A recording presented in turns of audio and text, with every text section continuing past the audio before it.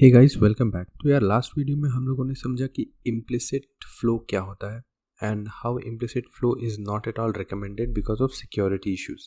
तो उसको ओवरकम करने के लिए अब इस वीडियो में हम लोग समझेंगे how we are going to achieve authorisation code flow when we don't have a backend using PKCE। इसको हम लोग पिक्सी भी बोलते हैं। तो पिक्सी क्या होता है? इट्स प्रूफ की for code exchange.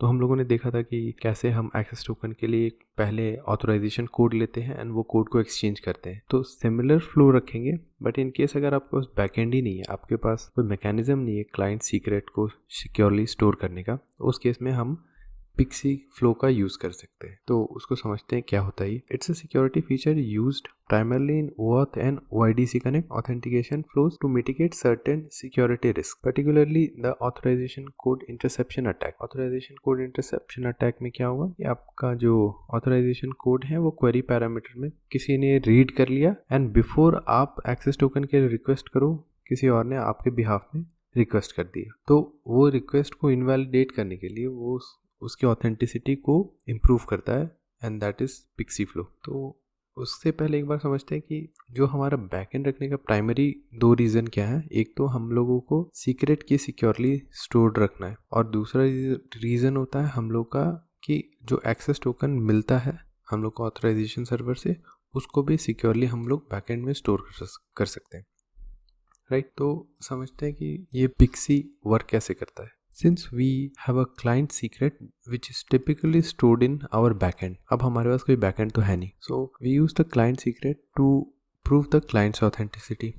In case of only front-end या native mobile applications where you don't have a backend, we will create a similar key to client secret dynamically on the front end. तो ये जो आपकी secret की होती थी जो आपको ऑथराइजेशन सर्वर देता था, अब क्या होगा कि सिंस आपके पास कोई मैकेनिज्म नहीं है इसको सिक्योरली स्टोर रखने के लिए, तो ऐसा ही एक सीक्रेट की आप डायनेमिकली क्रिएट करोगे from your front end. This is called as code verifier. तो ये जो की बनी इसको हम लोग बोलते हैं कोड वेरीफायर एंड आप इसको देन ट्रांसफॉर्म करोगे using a cryptographic hash function which is SHA-256 and you will call ये hashed value as code challenge. ठीक है। फ्लो कैसा रहेगा कि you will attach the code challenge in the request of the authorization code, then you will attach the code verifier in the request of the token request. If we have used any hashing mechanism तो उसको भी हम लोग को mention करना पड़ता है in the request.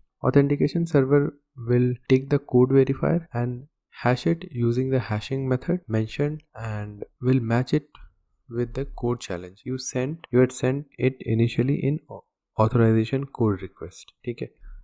अभी ये अगर क्लियर नहीं है तो may be next video slide में आपको क्लियर होगा। तो इसको अब डायग्राम के फ्लो से देखते हैं। तो क्या होता है कि जब आप ऑथराइजेशन कोड रिक्वेस्ट कर रहे हो ना, तो इन पिक्सी आप दो चीज एक्स्ट्रा ऐड कर देते हो। आप ऐड करते हो कोड चैलेंज क्या है मेरा, जो कि सपोज XYZ987 है। ये जो वैल्यू होती है ये एक ओरिजिनल वैल्यू का हैश्ड वैल्यू होता है। वो ओरिजिनल वैल्यू क्या होता है, वो कोड वेरीफायर होता है।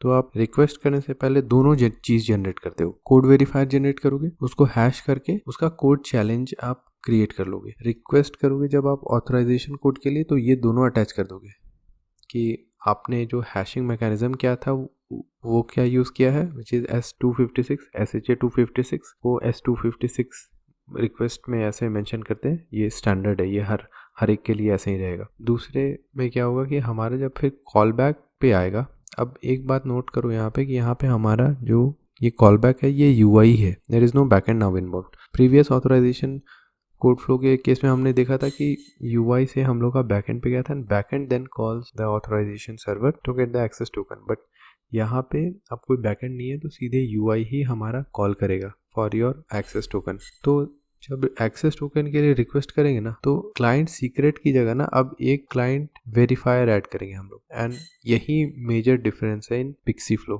कि आपका बैकएंड नहीं होता, आप UI से ही कॉल करते हो एंड इसमें भी 2 स्टेप वेरिफिकेशन हो रहा है। फर्स्ट स्टेप में आपने ऑथराइजेशन कोड लिया, सेकेंड स्टेप में आपने एक्सेस टोकन रिसीव किया।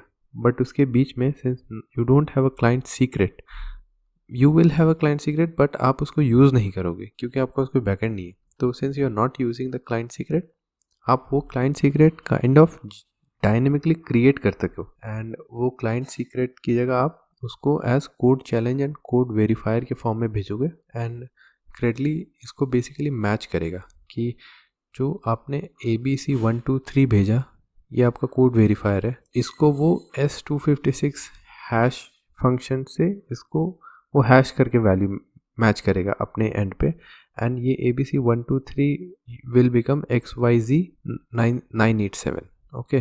तो इससे आपका ये वैल्यू निकल जाता है यूजिंग S256। तो ये वैल्यू और ये जो आपने कोड चैलेंज में इनिशियली वैल्यू भेजा था ये दोनों लिंक्डइन वेरीफाई करेगा, अगर ये मैच हो रहे हैं तभी आपको एक्सेस टोकन देगा, ठीक है। तो ये एक extra layer of security add हो जाता है on top of your implicit flow. Implicit flow में ये सब कुछ नहीं आता है, कोड चैलेंज नहीं होता, कोड वेरीफायर नहीं होता, then you also don't use the client secret. You directly request for the access token on the basis of your client ID and client ID is not securely stored right on your browser. कोई भी आपका client ID ले सकता है and आपके behalf में access token के लिए रिक्वेस्ट कर सकता है। तो ये एक बहुत ही अच्छा सिक्योरिटी मैकेनिज्म है जो इम्प्लीमेंट किया गया to avoid implicit flow, because nowadays अभी हमारे पास मोस्टली वेब एप्स होते हैं एंगुलर एंड रिएक्ट पे based and those are feature loaded.